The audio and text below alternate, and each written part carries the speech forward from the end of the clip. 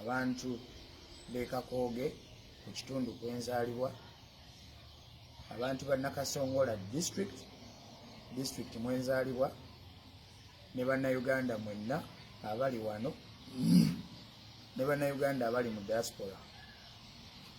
Sanyusa obbalaba, sanyusa obbawuliriza.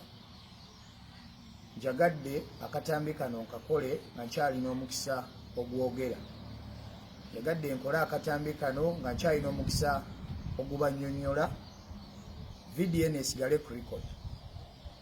Nkoze vidiyo eno omutima gwange ndi mugumu, naye saagala ate mwe ababadde abawagizi bange, mikwano gyange n'ab'eŋŋanda zange musigale mu bweraliikirivu. Kyonna ekijja kiri nti mujja kuba mukimanyi.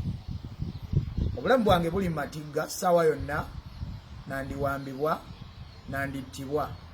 Omuntu akulembedde kino bamuyita Kano Kiyingi ow'Ekakooge nga yakulira Operation Wealth Creation. Kano Kiyingi otuuziza meetings nnyingi ng'oteesa okunzita, ofuleminge nti nafudde accident. Nze Ivan Kyeyune, maama wange bamuyita Debula Kayizi, taata wange bamuyita Kyeyune Steven. Bwe mba nfudde on record oba bwe mba nga mbuziddwawo, apulaninga bino byonna bamuyita Kano Kiyingi. Buli muntu afuna akatambi kano katambuzi. Ekinzisa mbunze naleese Bobi Wine e Nakasongola, bo babadde ba Museveni. Buli mwana atimba bbaana yange Kiyingi mumusibye. Buli mwana atimba posta zange gwe Kiyingi gwosiba abaana bange, gwosiba abawagizi bange. Era mwavaayo ne mugamba nti mugenda kuyitanga mu bukodyo bwa kwata curfew, musibe buli muntu asibayo bbaana yange. Nze mbalemeredde kubanga nyinyuka bukyali saa 12 zinsanga navudde dda mu bantu. Mwagala okuntuusaako obulabe. Nze nawona ejjambi omulundi guli ogwasembayo, baagutema omukono gwange guno n'omukono guno gwakangabala, gwakakanyala, kubanga mmwe abatanjagaliza kuba mulamu. Ekinzisa kwogera mazima nti amagye geesibye ku nnyanja gassa abantu ng'abantu tebakyasobola kuvuba. Abalala emirambo gyabulirayo eyo ng'amagye gabagaana okugenda okubajjayo.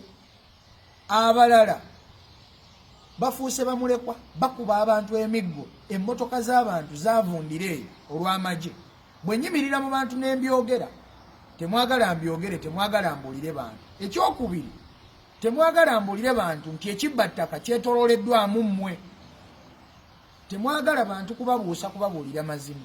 Naye nkiddamu ku katambi kano, amagye gassa abantu ku nnyanja, ennyanja tekyalina muntu w'ebululi gwegasa.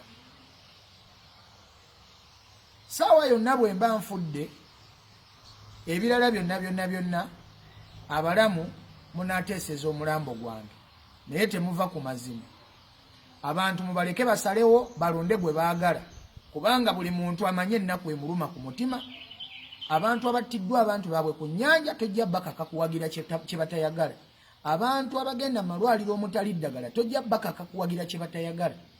Abaana b'abantu abasomye nga tebalina mirimu tojja bakaka kuwagira kye batayagala. Kano Kiyingi meeting z'otuulamu zirimu abantu 5. Abalala ngenda bamentioninga kasitooba ngozeemu okukwata abaana bange abatimba banners, kubanga bonna abana mbamanyi era ne meeting ze mutuulamu obutambi mbulina. Tambuza akatambi kano, ensi eribeera abajulizi bange singa naaba mbuziddwawo oba nga nzitiddwa.